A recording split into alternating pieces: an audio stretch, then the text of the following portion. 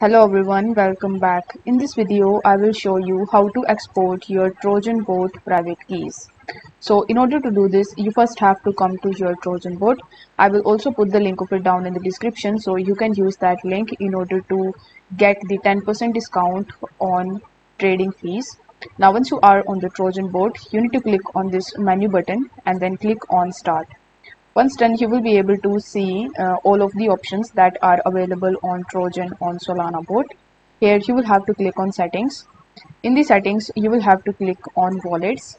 Once you do this, it will show you your Solana wallet as well as your Ethereum wallet and the available balances.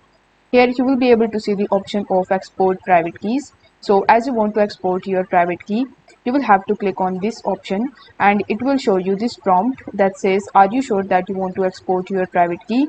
If you proceed to export, Trojan can no longer ensure the security of your wallet and will not be responsible for security incidents arises from users on security practices.